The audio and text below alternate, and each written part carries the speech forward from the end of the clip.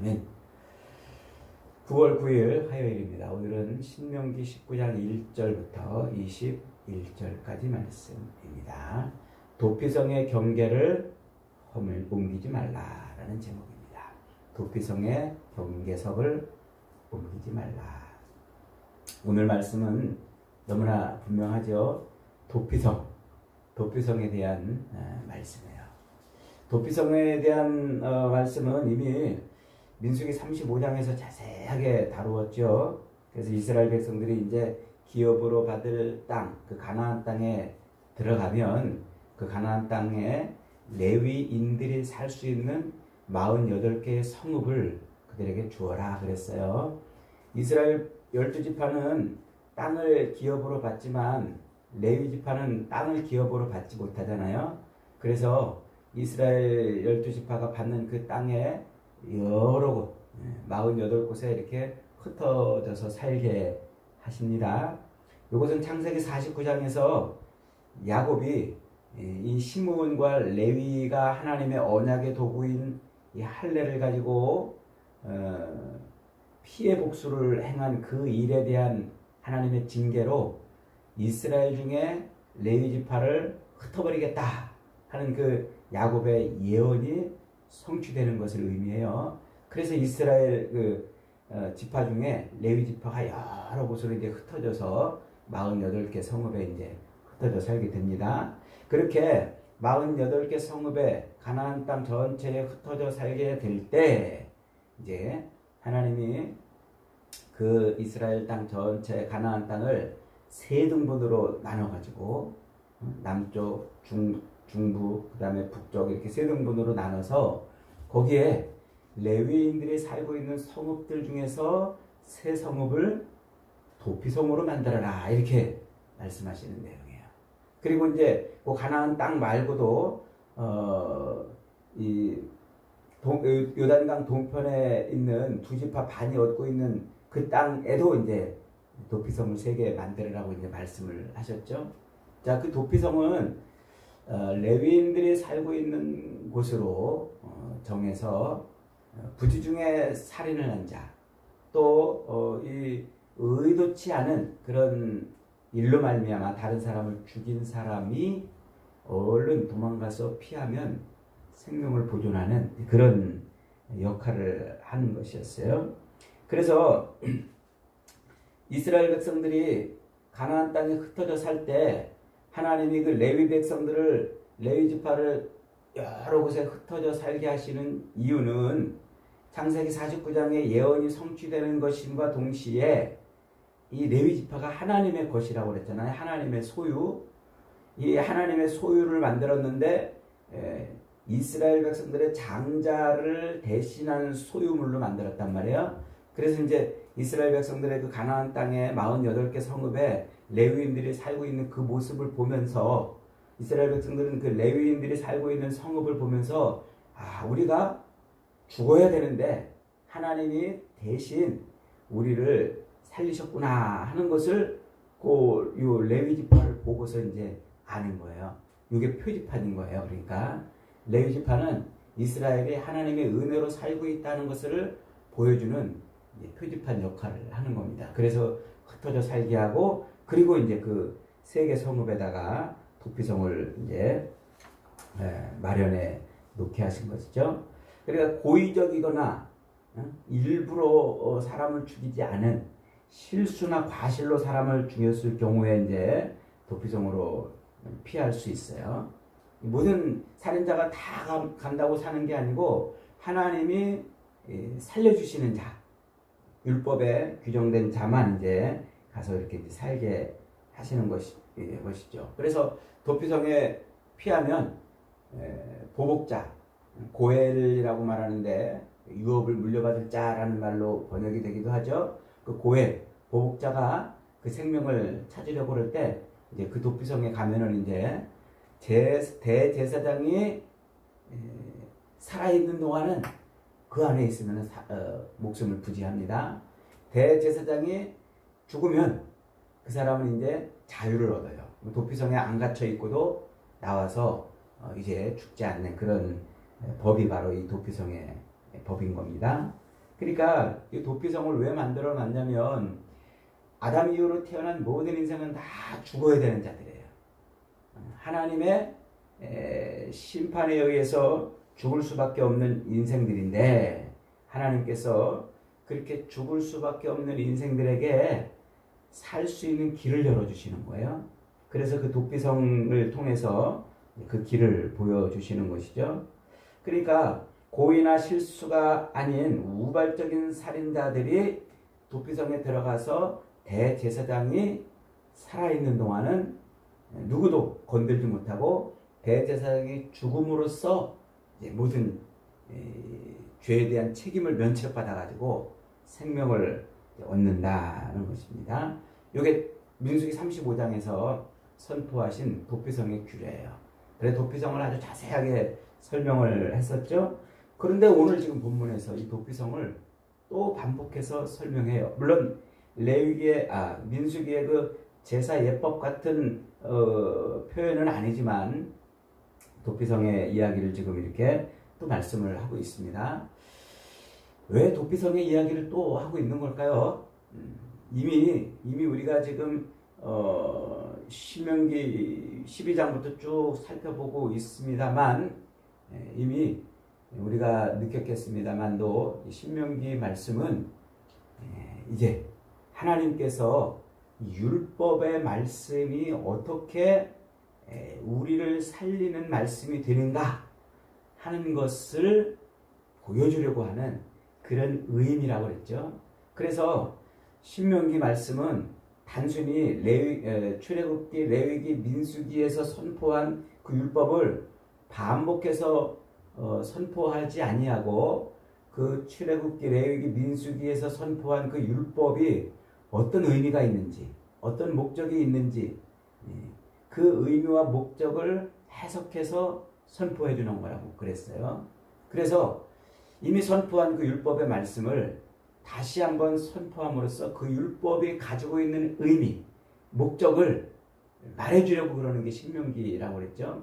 그 신명기를 읽을 때 요 관점을 놓치면 안 된단 말이에요. 자, 제가 계속해서 반복적으로 이 신명기 설교를 하기 전에 반복해서 하는 말씀이 있었습니다. 그게 뭡니까? 신명기는 이스라엘 백성들이 가나안 땅에 들어가기 직전에 가나안 땅에 들어가서 살 때 너희들은 하나님의 율법을 붙들고 살아라고 강조하는 말씀이라고 그랬죠. 그 강조하는 이유는 광야는 이스라엘 백성들이 하나님의 임재의 처소인 성막, 회막을 눈으로 보고 회막을 따라가고 회막이 멈춰 있으면 거기에 장막을 짓고 그 회막에 나가서 죄 용서함을 받는 그런 하나님의 임재와 교제와 통치를 직접 받고 살았던 시대예요. 그런데 이제 그 가나안 땅에 들어가면 이 회막이 성막이 눈에 보이지 않잖아요. 그러면 하나님의 임재와 하나님과의 교제와 하나님의 그 통치하심을 직접 눈으로 볼 수 없는 상태가 돼요. 그래서 하나님은 출애굽기, 레위기, 민수기에서 선포하신 그 율법의 말씀을 그들의 삶의 중심에 놓고 살으라고 말씀하시면서 그 율법이 그 기능을 대신하게 하는 거예요. 무슨 기능? 하나님의 임재와 하나님의 교제와 하나님의 통치하심이 완전히 실현되는 그것을 느끼게 하고 누리게 하는 거예요. 그래서 율법이 그런 기능을 하는 거죠. 하나님이 지금 살아계셔서 나와 함께하고 있는 것처럼 율법을 보면 그렇게 느껴지는 거예요. 그래서 하나님의 임재와 교제와 통치를 그 율법의 말씀을 지켜가면서 이제 사는 것이죠. 그게 신명기 율법을 선포하는 이유이고, 또한 동시에 이 신명기 율법은 그 목적을 다시 한번 밝혀줌으로써 왜 그 율법이 우리를 그렇게 살리는 법인가 하는 것을 말씀해 주는 것이라고 그랬잖아요. 그러니까 신명기 율법은 당시 이스라엘 백성들의 삶을 규율하면서 그들이 하나님의 임재와 하나님과 교제와 하나님의 통치를 누리는 삶을 살게 만들어 주시면서도 궁극적으로 이 율법이 지시하고 있는 것이 무엇인지를 가르쳐 주려고 하는 말씀이에요. 이게 신명기예요. 그러니까 신명기는 이중적인 구조를 가지고 있다 이렇게 볼 수가 있어요. 실제 역사적 이스라엘 백성들의 삶 속에서 하나님의 임재와 교제와 통치하심을 누리게도 하시지만 동시에 완성될 하나님의 나라를 바라보게 하는 그런 기능도 하고 있다. 그래서 이것을 어려운 말로 이것을 신학적으로 전환기의 계시라고 이렇게 이제 표현을 합니다. 이 말은 쉽게 말하면 골로새서 2장 17절이나 혹은 히브리서 10장 1절 말씀에서 율법은 장차 올 것의 그림자라는 이 말이에요. 그러니까 신명기 율법은 뭐예요? 장차 올 어떤 것을 자꾸 지시하고 가르쳐주고 그것을 이렇게 모형해주는 그런 의미가 있다 이 말이에요. 그래서 신명기 율법은 앞에서도 계속 강조된 것이 무엇이냐면 이 율법이 지시하고 있는 뭔가가 있음을 자꾸 가르쳐줬단 말이에요. 자꾸 이것을 가장 명확하게 보여주는 게 바로 이 도피성 이야기예요. 도피성의 율법. 도피성의 율법은 민수기 35장에 아주 자세하게 나와 있는데 하나님은 그것을 다시 한번 여기서 반복하심으로써 이제 하나님께서 주신 그 도피성의 율법이 무엇을 의미하는지를 가르쳐주는 거예요. 3절에 보니까 내 하나님 여호와께서 내게 기업으로 주시는 땅 전체를 세 구역으로 나누어 길을 닫고 모든 살인자를 그 성읍으로 도피하게 하라 그랬어요. 길을 닦아라 그랬잖아요. 길을 닦아라. 그러니까 도피성은 죄인이 살 수 있는 길, 그 길을 닦는 거예요. 그래서 이 도피성을 우리가 이제 흔히 이해할 때 죄인이 빨리 도망가면 살 수 있는 빨리 도망가는 것에 여기에 방점을 두고 해석하는데 그러면 이제 해석이 자꾸 꼬이는 거예요. 도피성은 빨리 도망가는 게 아니라 하나님이 이스라엘 백성들 눈에는 눈, 이에는 이 샤리아법, 이 법이 통치하는 그 세상에서 생명을 얻을 수 있는 장치를 마련해 주는 거예요. 이미 하나님은 출애굽기 21장에서 눈에는 눈, 이에는 이라는 요 보복의 법, 탈리오법이라는 이 보복의 법을 동일 보복의 법을 하나님이 선포하셨잖아요. 그 출애굽기 21장에서 하나님이 야 눈에는 눈으로 갚아라, 이에는 이로 갚아라, 이런 법을 왜 선포하셨어요? 그것은 힘이 지배하는 사회가 아닌 하나님의 은혜가 지배하는 사회를 만들기 위한 것이라고 그랬잖아요. 출애굽기 21장 강의할 때. 그러니까 요 눈에는 눈, 이에는 이라는 요 탈리오법은 사람들의 감정에 의해서 보복하고 또 힘을 가진 자가 마음대로 함부로 보복하는 것을 막기 위해서 하나님이 그렇게 하나님의 생명이 누구에게나 똑같이 귀중하다는 것을 보여주려고 눈에는 눈, 이에는 이의 법을 선포하셨습니다. 그러니까 지금 이스라엘 백성들의 사회는 뭐예요? 그게 통치하고 그게 지배하는 사회예요. 눈에는 눈, 이에는 이가 지배하는. 그래서 살인자는 죽어야 되는 거예요. 자기 생명으로 자기 생명을 대신해야 되는 거예요. 내가 죽인 생명을 자기 생명으로 대신하는 그 눈에는 눈, 이에는 이의 법이 통치하는 그 사회였는데 그 사회에 그 속에 하나님이 뭘 지금 다시 만들어놔요? 생명을 살리는 법, 생명을 살리는 그 시스템을 넣어 놓으시는 거란 말이죠. 그러니까 빨리 달려서 도망가는 사회를 만들려고 그러는 게 아니라 누구든지 피하면 생명을 보존할 수 있는 길이 열리는 바로 그런 법인 거예요.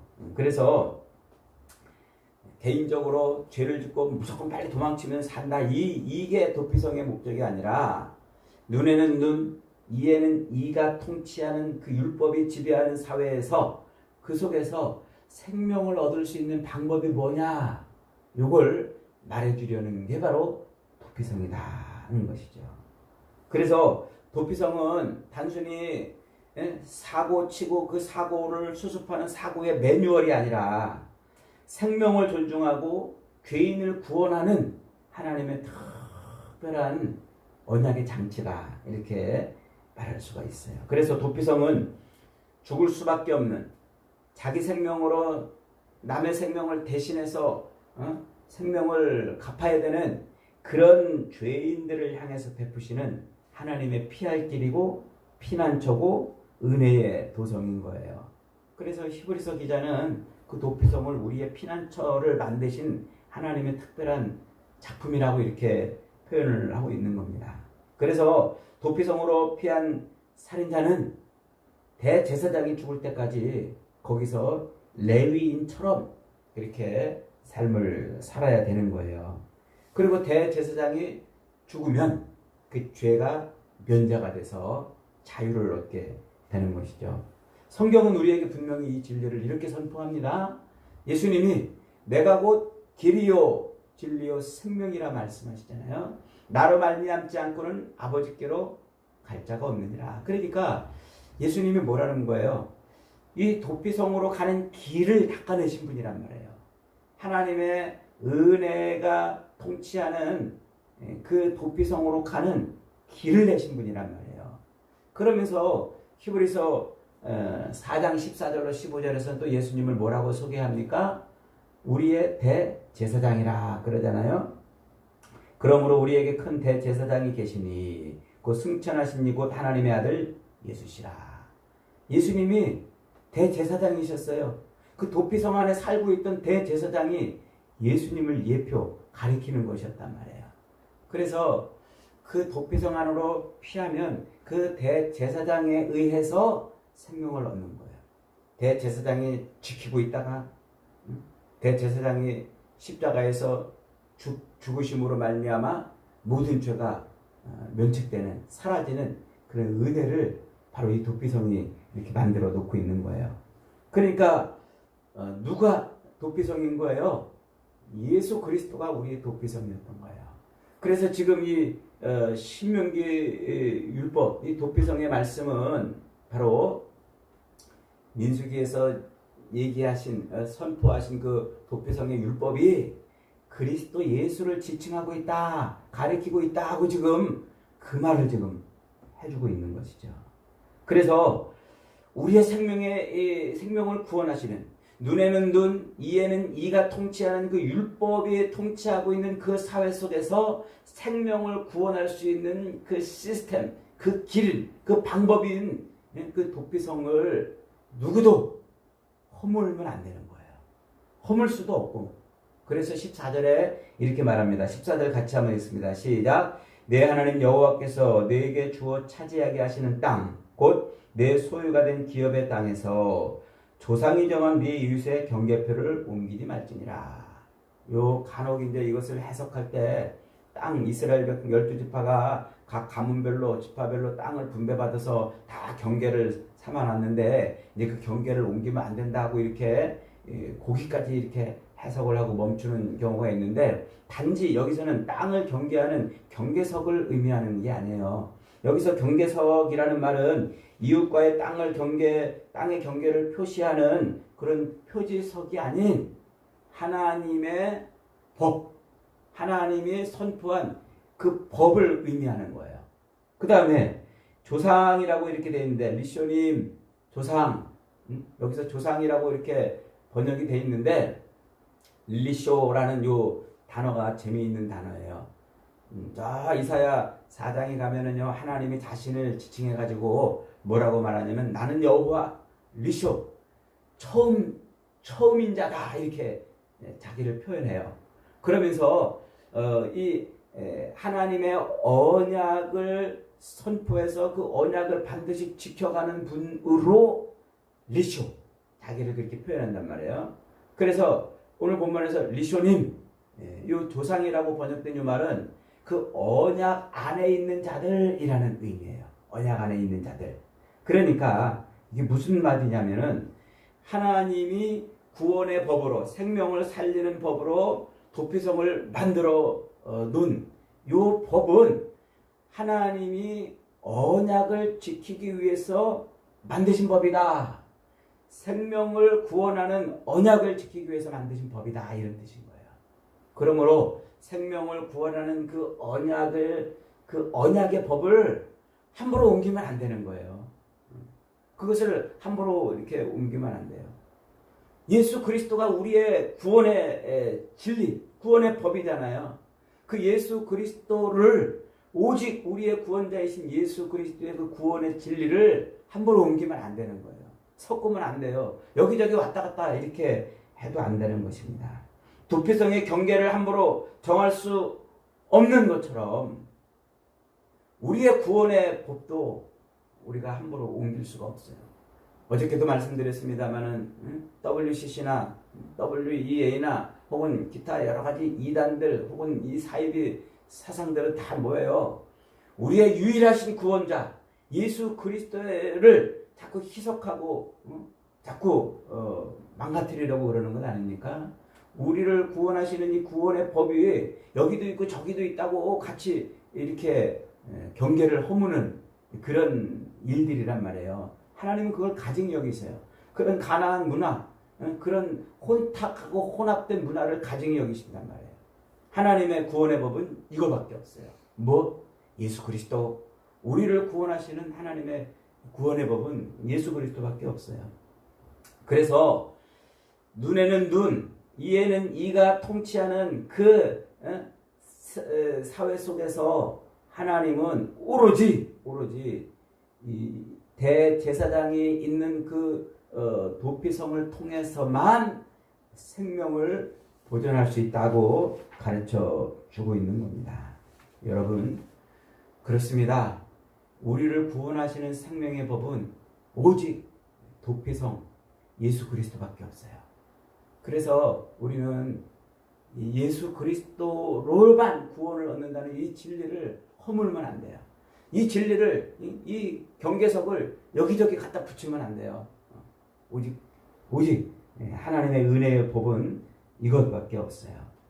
그래서 우리는 이 땅을 살면서 이 경계를 허물려고 그러는 것들을 경계해야 돼요. 그들을 끊어내버려야 돼요. 그들을 따라 살면 안 돼요. 그래서 어제 말씀에서도 가나안 땅에 들어가면 그 땅의 모든 혼합된 그 우상 숭배자들 문화를 끊어내버려라 하고 말씀을 하고 있는 겁니다. 사랑하는 여러분, 도피성은 죽을 수밖에 없는 죄인들을 향한 하나님의 피할 길이고 피난처고 은혜의 도성입니다. 이 구원의 진리, 이 경계석을 허물지 말고 저와 여러분들은 이 경계 안에 늘 피하여 생명을 얻는 복된 인생을 살아가시기를 주님의 이름으로 축복합니다. 아멘. 말씀